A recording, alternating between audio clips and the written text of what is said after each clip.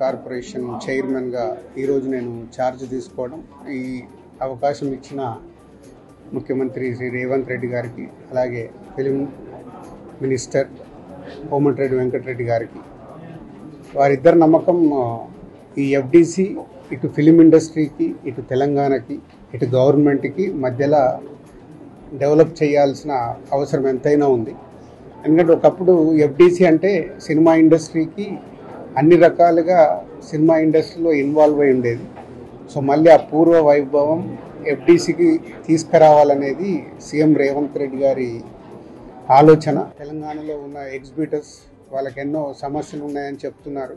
So గవర్నమెంట్తో మాట్లాడేవి solve చేయాలి. అలాగే producers ఎప్పుడు హైదరాబాద్లో షూటింగ్ జరుగుతున్నప్పుడు మాకు సింగిల్ విండో షూటింగ్లు జరిగేలాగా ఇమ్మీడియట్లీ పర్మిషన్స్ వచ్చేలాగా ఎప్పుడు మాకు ఛాంబర్లో డిస్కషన్ జరుగుతాయి. ఇవి ఆల్రెడీ వాళ్ళు అడిగిన ఈ పాయింట్స్ అన్నీ ఇమ్మీడియట్గా గవర్నమెంట్ దృష్టికి తీసుకెళ్ళి అన్నిటినీ స్మూత్ చేసి అందరికీ ఈ ఎఫ్డిసి అటు ఫిలిం ఇండస్ట్రీకి ఇటు గవర్నమెంట్ మధ్యలో తెలంగాణలో గ్రో చేయడానికి ప్రయత్నం చేస్తాం.